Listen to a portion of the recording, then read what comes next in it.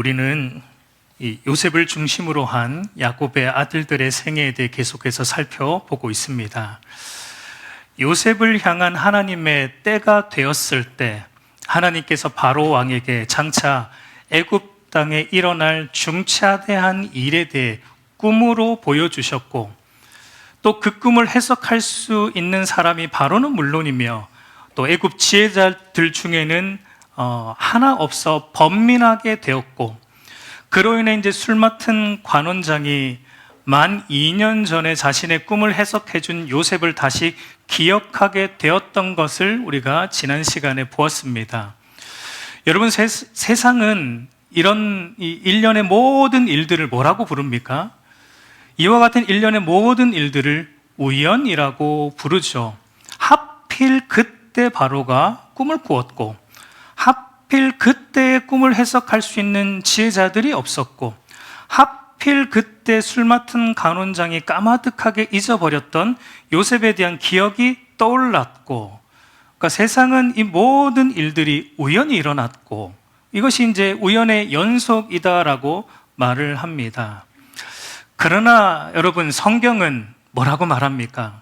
성경은 이 세상에는 우연이 있다, 없다? 없다라고 말합니다. 이 세상에는 우연은 없다라고 성경은 우리에게 말합니다. 왜냐하면 이 세상은 누가 창조하셨습니까? 네, 하나님이 창조하셨습니다. 이 세상은 하나님이 창조하셨고, 이 세상을 창조하신 하나님은 당신의 무한한 지혜와 전능하신 능력으로 이 세상을 한치의 오차도 없이 보존하시고 다스리시고 있기 때문입니다. 비록 우리의 이성과 지혜로는 다 이해할 수 없을지라도 말이죠. 여러분, 이것을 신학적으로 하나님의 섭리라고 말합니다.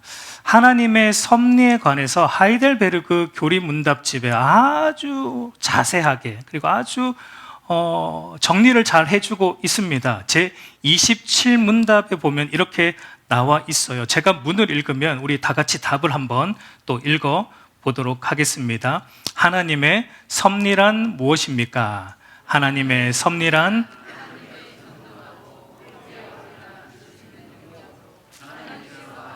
자신의 손으로 하듯이 하늘과 땅과 모든 피조물을 여전히 보존하고 다스리시는 것입니다.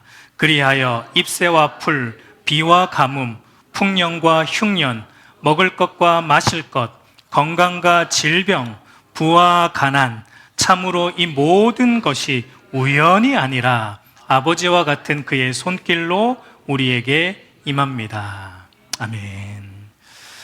저와 여러분의 인생에 일어나는 크고 작은 모든 일들이, 그리고 세상에 일어나는 크고 작은 모든 사건들이, 비록 그것이 우리 인간의 눈으로 볼 때 풍년이나 또 건강함이나 부와 같은 좋은 일일 수도 있고, 또 비록 그것이 우리 눈으로 볼 때는 흉년이나 질병이나 가난과 같이 또 우리를 아프게 하는 일들일 수도 있지만, 그러나 그 모든 일들이 참으로 우연히 일어나는 것이 아니라 하나님의 전능하고 언제 어디나 미치는 능력 안에서 일어났고, 그렇게 일어났다면 전능하신 하나님께서 자신의 손으로 그 모든 것을 붙들고 계시다면 그 모든 것을 합력하여 결국은 하나님의 뜻하신 바를 이루신다라는 것입니다.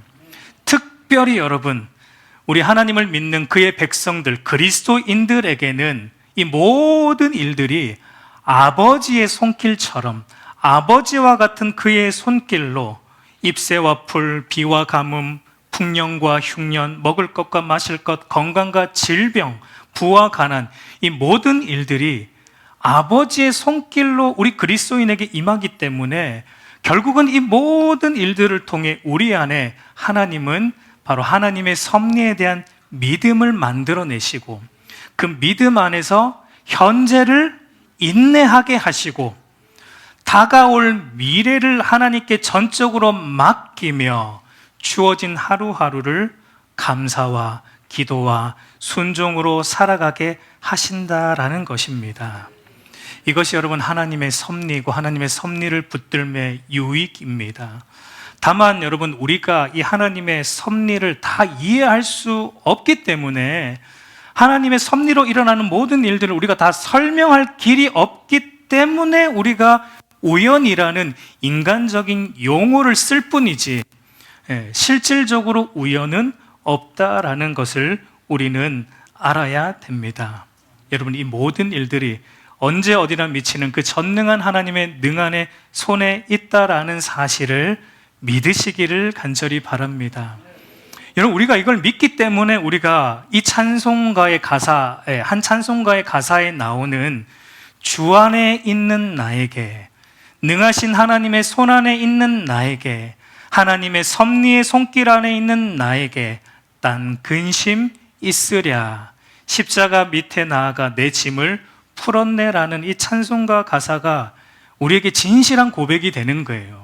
그저 그냥 따라 부르는 게 아니라 이 하나님의 섭리를 믿는 신자만이 주 안에 있는 나에게 딴 근심 있으랴, 십자가 밑에 나아가 내 짐을 풀었다라는 이 고백, 진실한 고백을 할 수 있는 것입니다. 여러분, 시편 55편 22절 우리 한번 같이 읽어보겠습니다. 내 짐을 여호와께 맡기라, 그가 너를 붙드시고.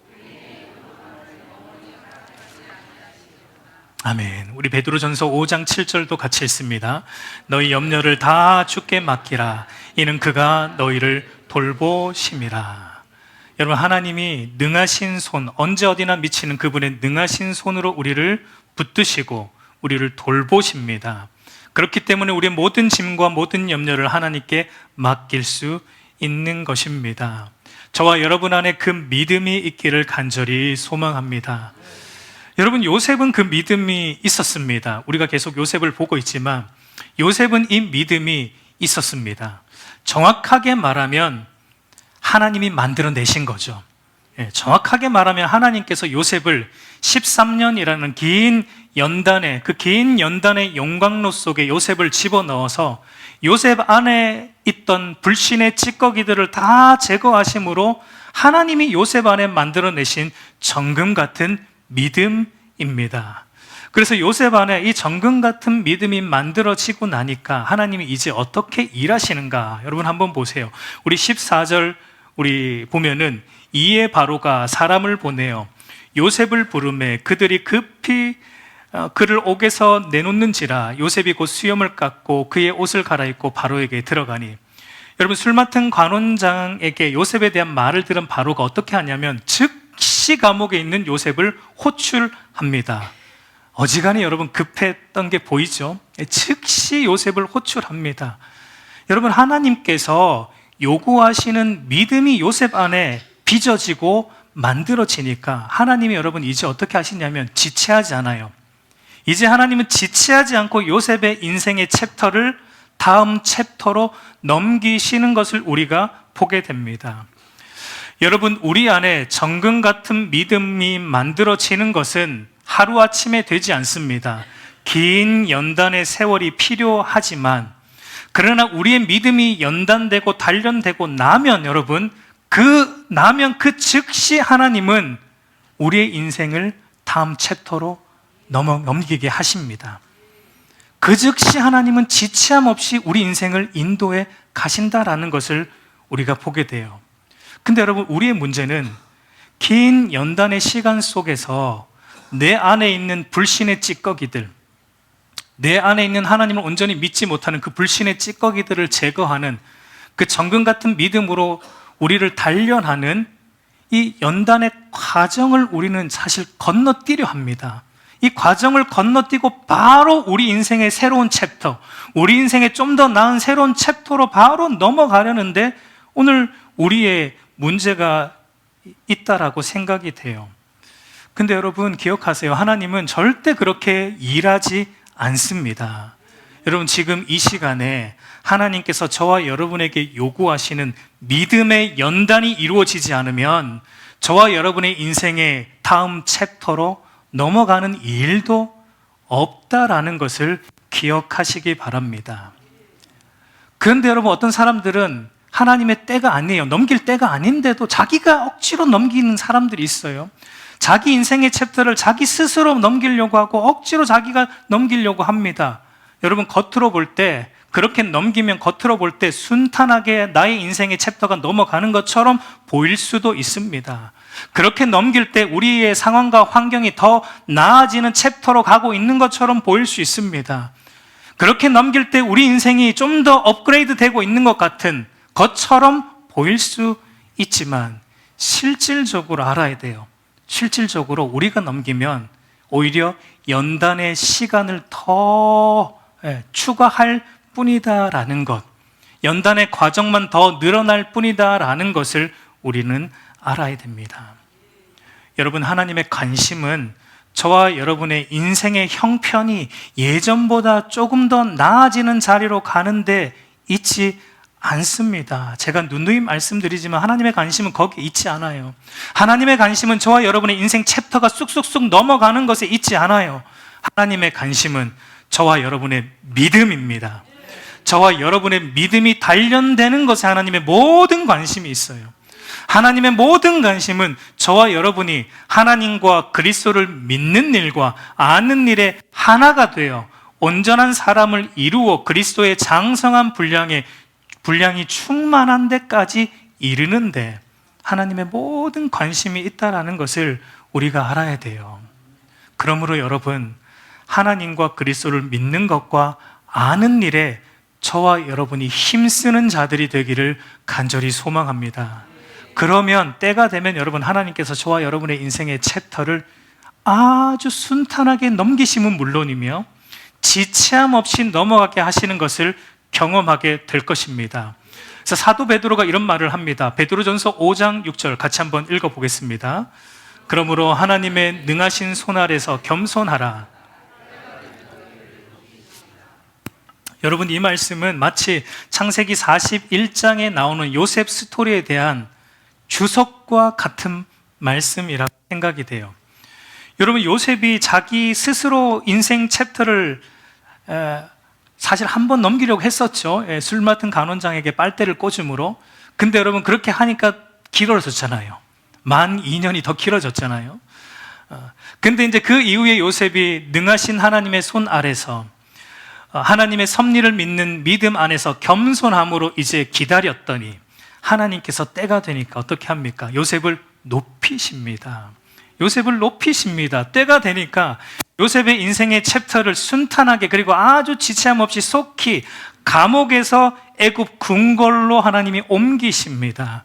죄수에서 애굽 총리로 그의 인생의 챕터를 넘어가게 하십니다. 그래서 많은 이들을 살리는 축복의 통로가 되게 하시는 것을 우리는 41장을 통해 우리가 보게 되는 것입니다. 다시 한번 말씀드립니다. 그러므로 중요한 것은 믿음입니다. 우리 인생의 챕터를 순탄하고 그리고 속히 넘길 수 있는 비결은 저와 여러분의 믿음의 분량이 찰 때예요. 하나님이 우리에게 요구하시는 믿음의 분량이 찰 때이지, 우리의 속사람이 강건해질 때이지, 세상에 대한 우리의 지식과 실력의 분량이 찰 때가 아니에요.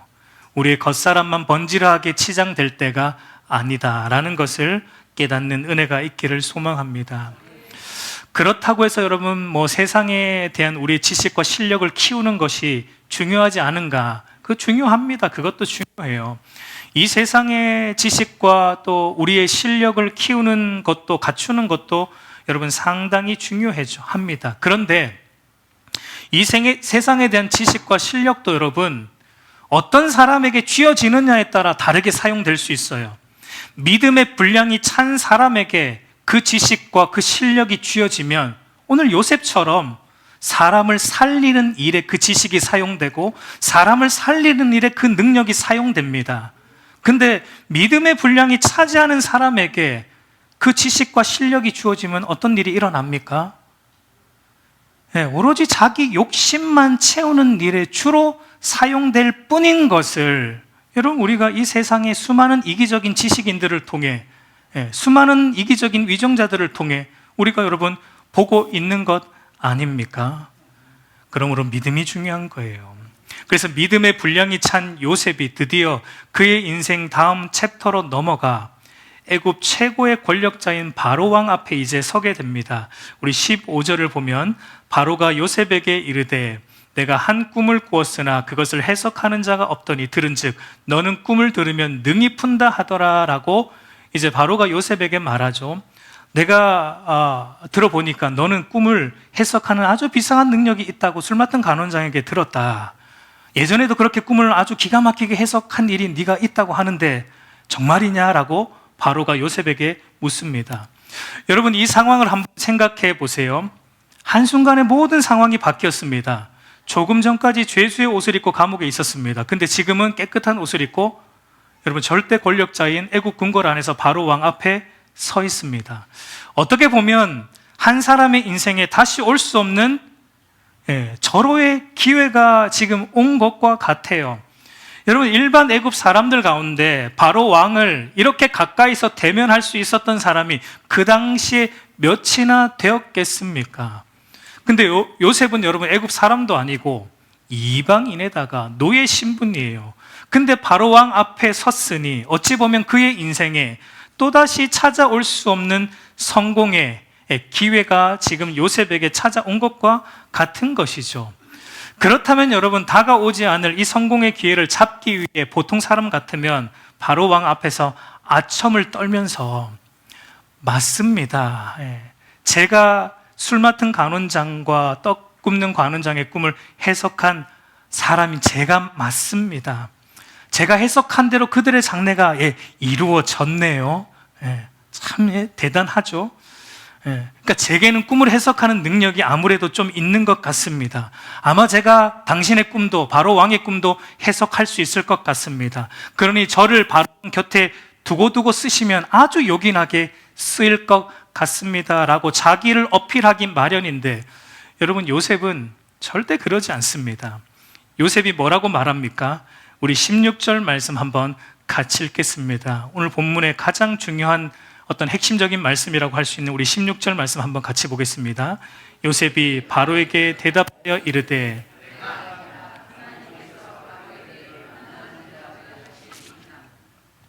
그들의 꿈을 해석한 게 제가 아니고요, 하나님이십니다. 그들의 꿈대로 되게 하신 분도 하나님이십니다. 그러니 바로 왕이 해석하지 못한 그 꿈에 대해서도 하나님께서 편안한 대답을 주실 것입니다 라고 요셉은 말하고 있습니다. 여러분, 요셉은 이 모든 것이 자기로부터 온 게 아니라 하나님에게서 온 것임을 확실하게 밝히고 있는 것을 우리가 보게 됩니다. 자기 이익과 자기 성공을 위해 그 모든 공로를 자기에게 은근슬쩍 요셉은 돌리지 않습니다. 하나님의 이름을 빌려 자기 성공을 위해 사용하고 있지 않음을 우리는 보게 됩니다. 하나님께서 나를 통해 일하셨지만 나는 하나님이 쓰시는 도구에 불과할 뿐, 이 모든 일은 하나님의 지혜로부터, 하나님의 능력으로부터 나온 것임을 요셉은 여러분 확실하게 말하고 있어요. 여러분, 다윗도 성전 건축을 위한 필요한 모든 그 엄청난 건축 자재들과 엄청난 그 돈을 하나님 앞에 다 드리고 나서 이런 고백을 했던 것을 우리가 보게 됩니다. 역대상 29장 14절 우리 한번 같이 읽어보겠습니다. 나와 내 백성이 무엇이기에 즐거운 마음으로 드릴 힘이 있었나이까? 모든 것이 주께로 말미암았사오니 우리가 주의 손에서 받은 것으로 주께 드렸을 뿐이니이다 라고 말합니다. 우리가 주께 드린 이 모든 것들은 우리에게서 난 것이 아니라 하나님이 우리에게 주신 것입니다. 그러니까 사실상 이 모든 것은 우리가 한 것이 아니라 하나님께서 하신 일입니다. 모든 것이 하나님의 은혜이며 모든 영광은 하나님께 돌려져야 함이 마땅합니다라고 다윗은 고백합니다. 여러분, 지금껏 저와 여러분이 주를 위해 얼마나 많은 헌신을 했든지, 주를 위해 얼마나 많은 예물을 드렸든지, 그 모든 것은 여러분 하나님께서 저와 여러분에게 주신 것을 다시 돌려드린 것 뿐임을 깨닫기를 소망합니다. 그러므로 그 어떤 것도 우리가 한 게 아니에요. 우리가 한 게 아니에요. 하나님이 하신 겁니다. 모든 영광은 여러분 하나님께만 돌려져야 함이 마땅한 것입니다. 오늘 저와 여러분의 손에 있는 이 모든 것들, 우리의 지혜, 우리의 몸, 우리의 영혼, 우리의 물질, 오늘 우리에게 있는 이 모든 것들이 하나님으로부터 온 것임을 깨닫는 은혜가 우리에게 임하기를 간절히 소망합니다.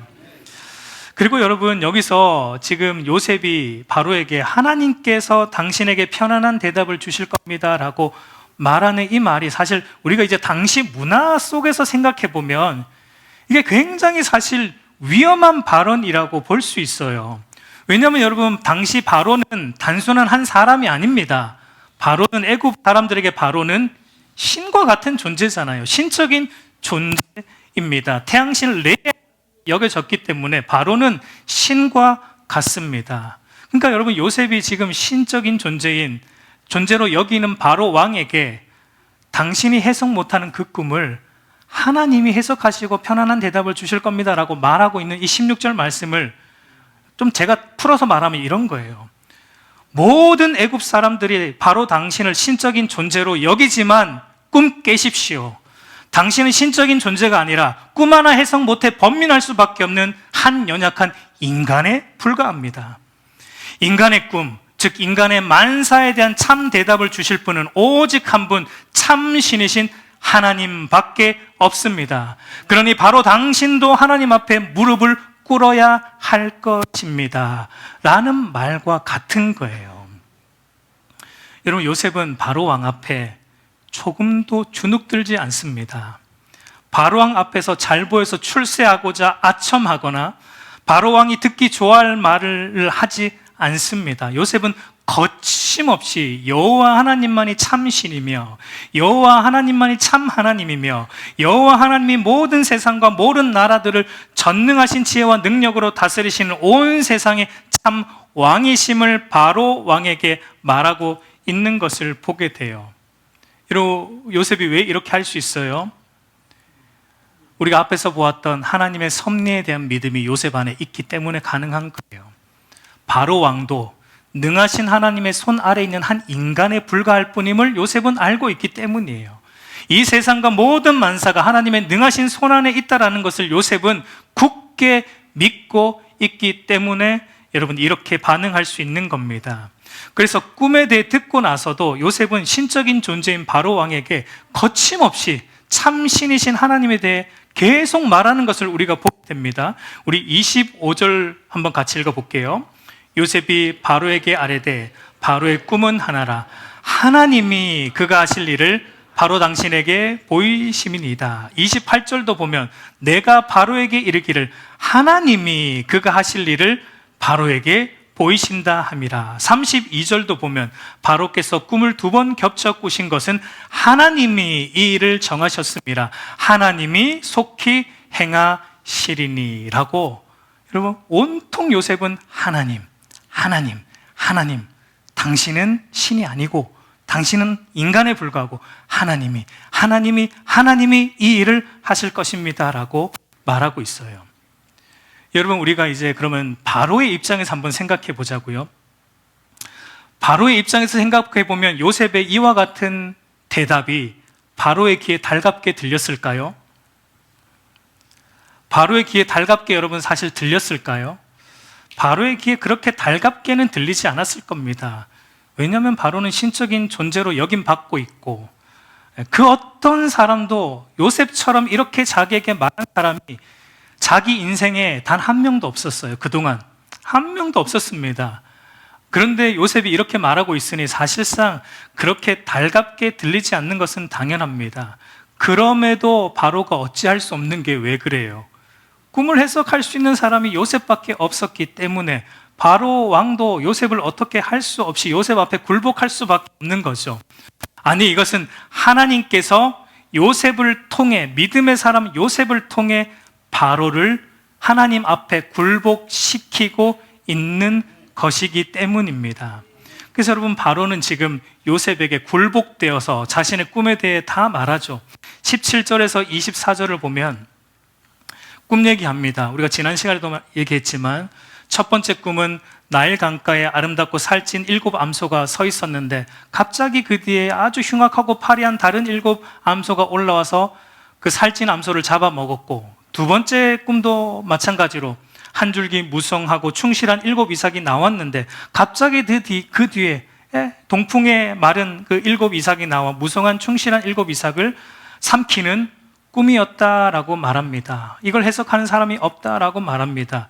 이에 요셉이 하나님께서 주신 지혜로 꿈을 해석해 주는데 25절에서 이제 32절을 보면 처음에 나타난 살진 7 암소와 무성한 또 7 이삭은 앞으로 애굽 땅에 7해의 풍년이 있을 것을 의미한다. 그리고 나중에 나타나는 그 파리한 7 흉악한 암소, 동풍에 말라 속이 빈 7 이삭은 그 뒤에, 그 7년 풍년 뒤에, 그 뒤에는 7년 동안 엄청난 흉년이 올 것인데 그 흉년은 앞에 풍년을 있게 할 만큼, 그러니까 애굽을 망하게 할 수 있는 엄청난 흉년이 올 것이다. 꿈을 2번 겹쳐 꾼 것은 하나님이 확실히 정하셨다는 것이고 속히 시행할 것이다 라고 요셉이 이렇게 해석을 해줍니다. 여러분, 여기서도 여러분 중요한 것은 요셉이 바로 왕을 조금도 두려워하지 않는다라는 거예요. 만약 여러분 바로 왕을 두려워했다면 요셉이 눈치를 좀 봤겠죠. 그러니까 듣기 좋아할 만한 풍년에 대해서는 자신 있게 앞으로 7년 풍년이 있을 겁니다. 애굽이 좋은 일이 있네요. 근데 나중에 바로 왕을 두려워하면 눈치를 봤다면 나중에 그 흉년 얘기 여러분 자신 있게 할 수 있겠어요? 죽을 수도 있는 얘기거든요. 자신 있게 못하죠. 조금 축소시키거나 자신 없게 말할 법도 한데 요셉은 그러지 않습니다. 하나님이 주신 해석 그대로 7년 풍년, 7년 대흉년에 대해 하나도 빠짐없이 다 말합니다. 여러분 다시 보게 되지만 요셉이 그렇게 할 수 있는 것은 여러분 요셉 안에 하나님의 섭리에 대한 믿음이 있기 때문입니다. 죽고 사는 것이 바로 왕에게 달린 게 아니라 하나님께 달려 있음을 요셉은 믿기 때문에 그런 겁니다. 역사를 좌지우지하는 것이 바로 왕, 애굽이 아니라 하나님, 역사의 주권자이신 하나님이심을 요셉은 온전히 믿고 있기 때문에 이와 같은 반응이 가능한 겁니다. 그래서 요셉은 여러분 하나님을 진실로 두려워하는 사람이죠. 하나님을 진실로 경외하는 사람입니다. 우리 마태복음 10장 28절 한번 같이 읽어보겠습니다. 몸은 죽여도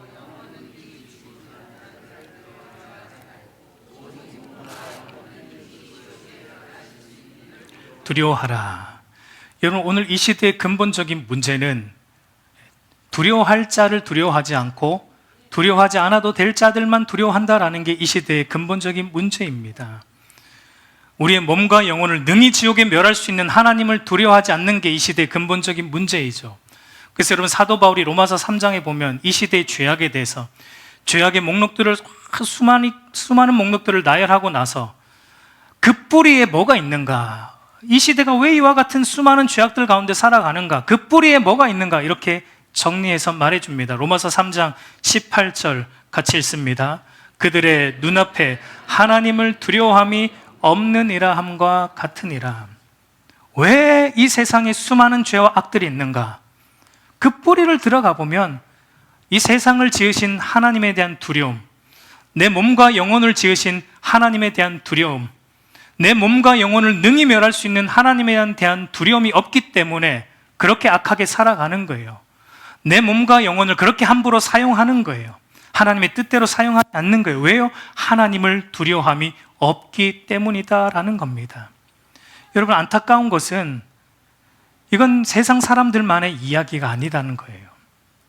오늘 이 시대 그리스도인들조차 하나님을 진실로 두려워하지 않는다라는 것입니다. 물론 여러분 교회에 몸담고 있는 사람들 중에 누가 저는 하나님을 믿는데 두려워하진 않습니다. 저는 하나님 별로 안 두려워해요. 저는 별로 하나님 경외하지 않습니다라고 교회 안에 있는 사람들 중에 누가 그렇게 말할 사람이 어디 있겠어요? 한번 있으면 손들어 보시겠습니까? 저는 하나님 하나도 안 두려워요. 하시는 분 있으면 한번 손들어 보시겠습니까? 없잖아요. 교회 안에 있는 사람들 중에 누가 그렇게 내가 하나님 안 두려워한다라고 얘기하겠습니까? 그런데 그들의 태도와 삶을 보면 하나님을 경외함이 조금도 보이지 않습니다. 그들의 태도와 삶을 보면 하나님을 조금도 두려워하지 않습니다. 하나님을 경외하는데 어떻게 그렇게 가벼운 태도로 예배할 수 있으며 하나님을 두려워하는데 어떻게 자기 죄에 대한 진실한 애통과 진실한 회개가 없을 수 있으며 하나님을 경외한다고 말은 하는데 어떻게 하나님 말씀에 전적으로 순종하지 않을 수 있습니까? 없는 거예요. 그것은 불가능한 거예요. 아무리 여러분이 하나님을 저는 믿습니다, 하나님을 경외합니다, 두려워합니다 말할지라도 가벼운 태도로 마음으로 그저 이 한 시간 또 때우다 가듯이 예배한다, 하나님 말씀도 내 입맛대로 골라 내가 순종하고 싶은 것은 순종하되 내가 하기 싫은 것은 안 한다, 여러분 그거 하나님 두려워하는 거 아니에요. 하나님을 그거 조금도 경외하지 않는 거예요. 그 사람은 실질적으로 하나님을 안 믿는 불신자와 똑같은 사람이에요. 그 사람은 실질적으로 하나님을 경외하지 않는 유사 그리스도인에 불과할 뿐이다라는 것을 여러분은 아셔야 됩니다. 그래서 하나님은 이사야 선지자를 통해 그 당시에도 탄식하셨지만 오늘 이 시대 우리에게도 이렇게 탄식하십니다. 이사야 29장 13절 같이 읽습니다. 주께서 이르시되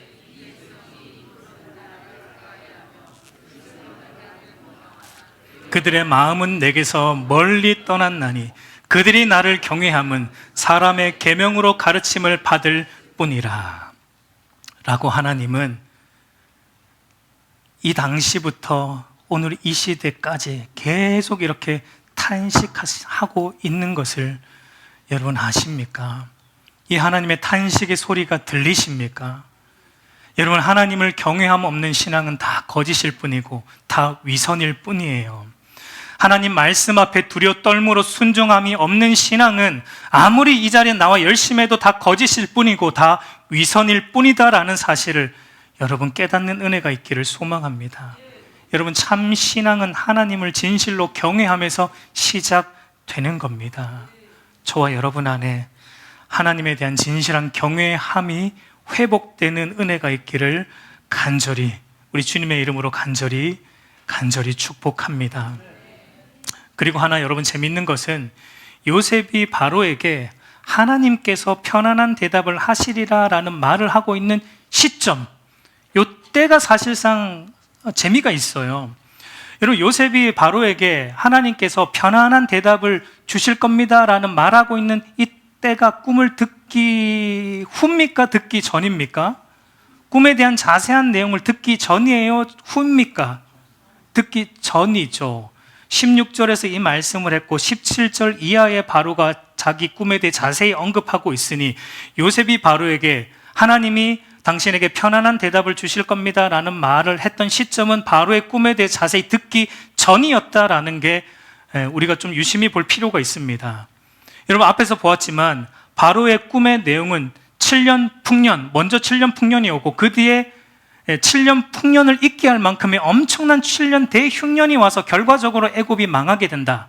결과적으로 애굽은 이것 때문에 이걸 대비하지 않으면 망하게 된다.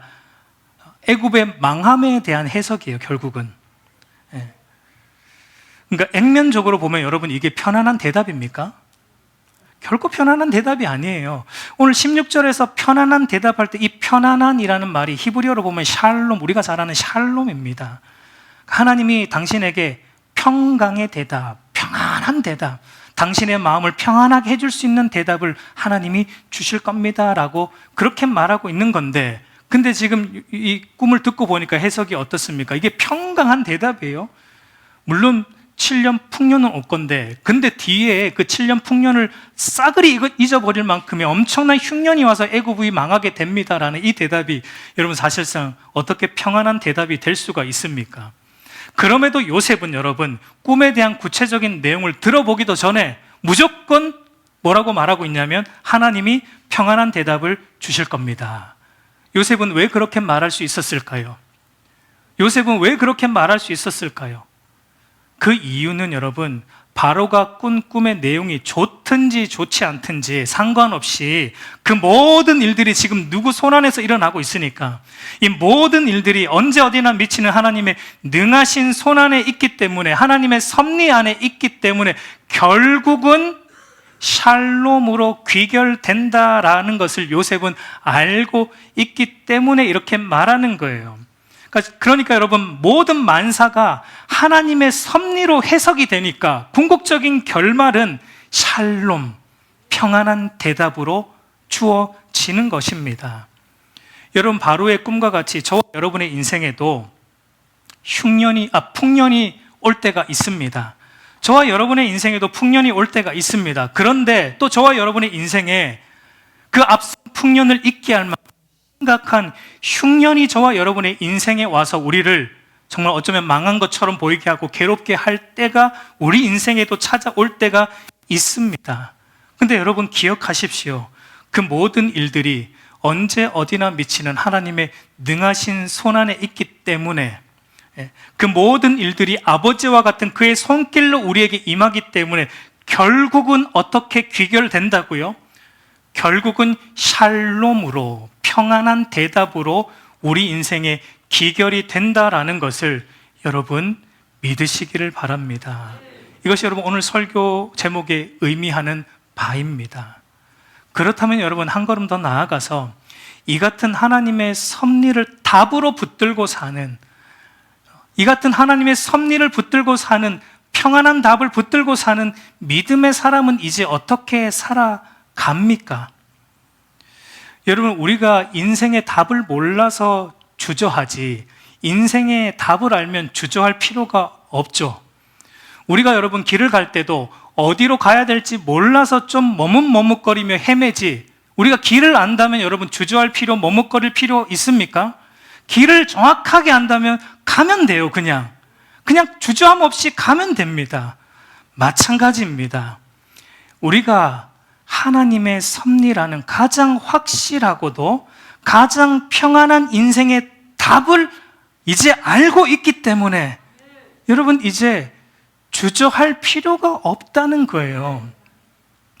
우리의 만사가 전능하신 하나님의 언제 어디나 미치는 능하신 손안에 있기에 평강으로 귀결될 것을 믿기 때문에 여러분 주저할 필요 없이 어떻게 하면 돼요? 하나님께서 말씀하시는 대로 살면 됩니다. 주저할 필요 없이, 고민할 필요 없이, 머뭇머뭇거릴 필요 없이 하나님께서 가라고 하신 길로만 가면 됩니다. 그러면 그 끝은 샬롬이에요. 그 끝은 여러분 샬롬입니다. 왜 샬롬이 안 오는지 아세요? 내가 가고 싶은 길로 가니까. 전능하신 하나님의 뜻대로 안 가고 내가 가고 싶은 길로 자꾸 가려고 하니까 여러분 이 샬롬이 안 오는 거예요. 여러분 보세요. 요셉은 바로 왕에게 꿈에 대한 하나님이 주신 해석만 준 게 아니라 또 무엇을 주냐면 그것을 대비해서 망하지 않을 수 있는, 그러니까 망하지 않아야 샬롬이 오는 거니까 망하지 않을 수 있는 실질적인 방편도 주고 있는 것을 우리가 보게 되죠. 우리 34절에서 36절 같이 읽어보겠습니다. 바로께서는 또 이같이 행하사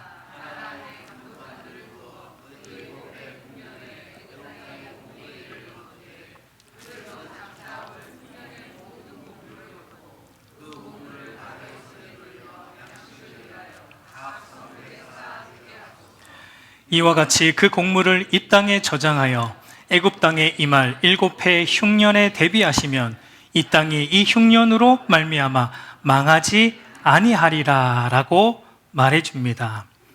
명철하고 지혜로운 사람을 감독자로 세워서 7년 풍년의 때에 5분의 1, 그러니까 한 20%를 세금으로 걷어들여서 저장해 놓으며 해서 그렇게 대비하면 앞으로 일어날 대흉년에 애굽은 안 망할 거다. 애굽은 결국 샬롬으로 귀결될 거다라고 요셉이 대비책에 대해서도 말을 해주는 것을 보게 되죠. 여러분, 요셉은 꿈에 관한 해석뿐만 아니라 그 해석을 토대로 망하지 않을 수 있는 대비책도, 그러니까 실천 방안에 대해서도 말해주고 있는 것을 보게 되죠. 여러분, 이것이 오늘 우리에게 적용시켜 보자면 어떻게 적용할 수 있을까요? 여러분, 하나님의 말씀에 대한 해석도 중요하지만 하나님의 말씀에 대한 해석을 듣는 것, 설교를 듣는 것도 중요하지만 거기서 끝나면 안 되고 해석된 말씀, 설교된 말씀을 어떻게 우리 삶에 적용하여서 우리 삶에 그 적용하여 살아감으로 대비하여서 순종하는 자리까지 나아가야지 저와 여러분의 인생에 샬롬이 온다라는 것을 말해주고 있는 거예요. 여러분, 오늘날 많은 이들이 설교는 잘 들어요. 그렇죠? 안 듣고 어떡하겠습니까? 일단 앉아있으니까 듣게 되는 거잖아요. 제가 끝내야지 끝나는 거니까 여러분 어떡하겠습니까? 그냥 오늘날 사람들이 다 설교는 듣습니다. 교회에서도 듣고 방송에서도 듣기도 하고 요즘은 또 유튜브 때문에 유튜브를 통해서도 수없이 듣고, 근데 문제는 들은 대로 살지는 않습니다. 그렇기 때문에 여러분 그리스도인으로서 힘이 하나도 없어요. 그리스도인으로서 영광을 다 상실한 채 세상 사람들과 별 다를 것 없이 영적으로 망한 상태로 살아가고 있는 것을 보게 됩니다. 여러분, 바른 말씀 듣는 건 너무 중요합니다. 성경이 바르게 해석되어서 우리에게 들리는 거 너무나 중요합니다. 그러나 그 들은 하나님의 말씀을 내 삶 속에 살아내고 대비하고 적용하여 대비하여 순종하는 것은 어떤 면에서 더 중요하다라고 볼 수 있습니다.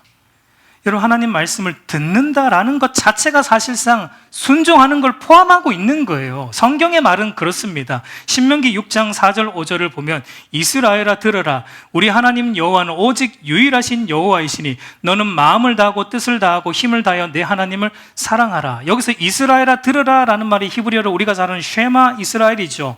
이 쉐마라는 말은 여러분 단순히 듣는 것을 넘어서 적용한다라는 의미까지 가는 게 쉐마예요. 듣는 것을 넘어서 들은 것을 순종하는 자리까지 가지고 가는 게 쉐마예요. 요한복음 10장 27절도 보면 내 양은 내 음성을 들으며, 듣는데 어떻게 합니까? 그들은 나를 따른다. 여러분, 듣는 것과 따르는 건 별개가 아니에요. 듣는 사람은 따르게 되어 있어요.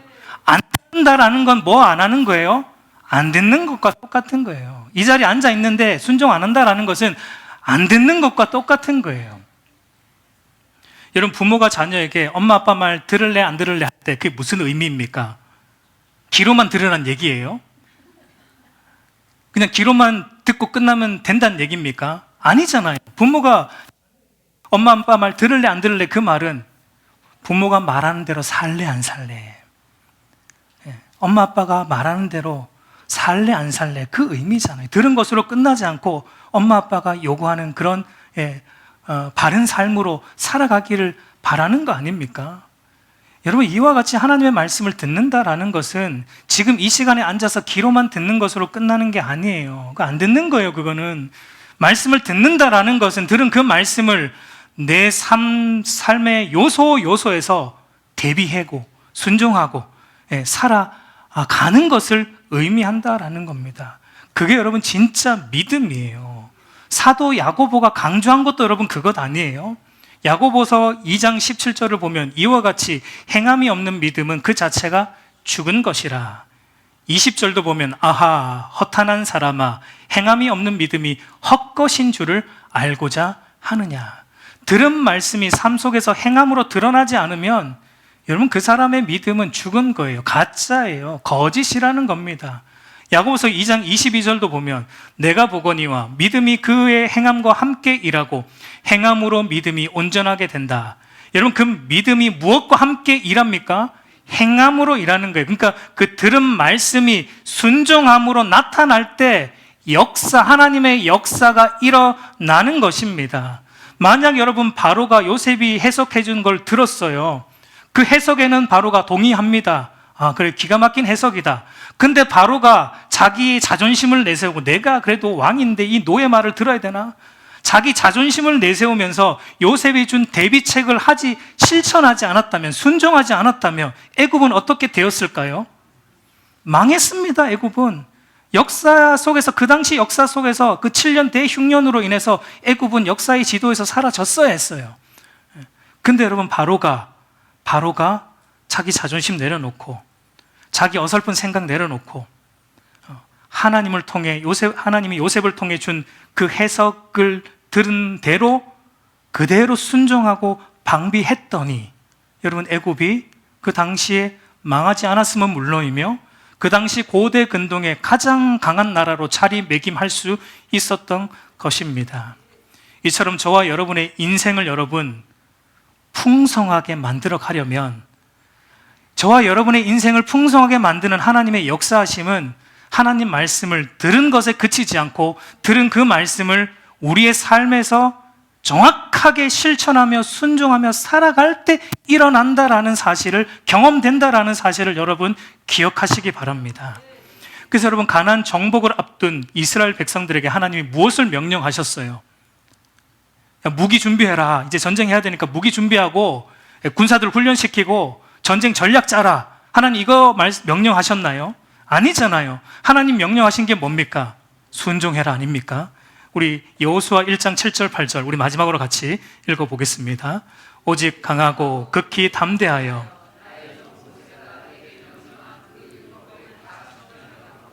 우로나 자로나 치우치지 말라. 그리하면 어디로 가든지 형통하리니 이 율법책을 내 입에서 떠나지 말게 하며 주야로 그것을 묵상하여 그 안에 기록된 대로 다 지켜 행하라. 그리하면 내 길이 평탄하게 될 것이며 내가 형통하리라.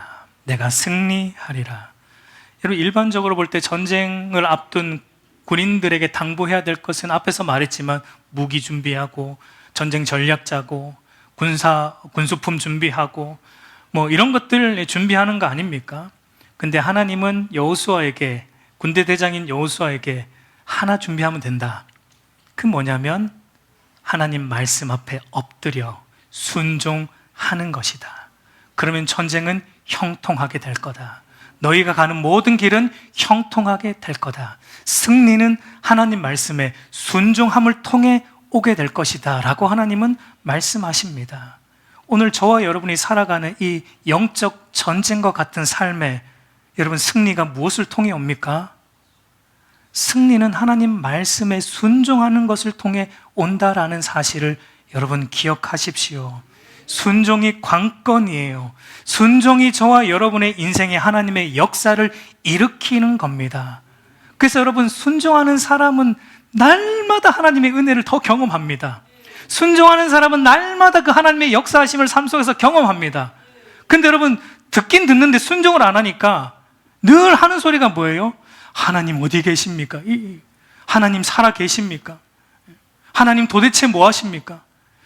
듣고 순종을 안 하니까 하나님의 살아계심과 역사하심이 경험이 안 되니까 늘 그런 말만 하는 거예요. 여러분, 순종하셔야 돼요. 이제 말씀을 맺겠습니다. 세상 모든 만사가, 그리고 저와 여러분의 크고 작은 모든 인생사가 언제 어디서나 미치는 전능한 하나님의 손안에 있다는 이 사실이, 저와 여러분의 모든 인생사가 다 전능하신 하나님의 섭리 안에 있다는 이 사실이 우리 인생사에 대한 가장 확실한 답이며 가장 평안한 답입니다. 저와 여러분의 모든 만사가 언제 어디나 미치는 능하신 하나님의 손안에 있다는 이 가장 확실한 답과 가장 평안한 답을 가진 여러분들, 저와 여러분들은 이제 주저함 없이, 망설일 필요 없이 하나님께서 말씀하신 대로 순종해야 합니다. 주저함 없이, 망설임 없이 하나님 말씀하신 대로만, 우리 생각 거기 집어넣지 마세요. 자꾸 우리의 어줍지 않은 지혜를 거기 자꾸 집어넣지 마세요. 하나님이 말씀하신 대로만 순종해야 합니다. 그러면 여러분, 그 다음은 여러분 기대하셔도 좋아요. 하나님이 저와 여러분의 인생 챕터를 어떻게 넘기시는지 그 다음 기대하셔도 좋아요. 놀랍게 일하실 겁니다. 엄청난 역사를 저와 여러분의 인생에 만들어 내실 거예요. 평강의 일을 저와 여러분의 인생에 하나님이 만들어 내실 것입니다. 그것을 경험하는 저와 여러분이 되기를 우리 주님의 이름으로 축복합니다.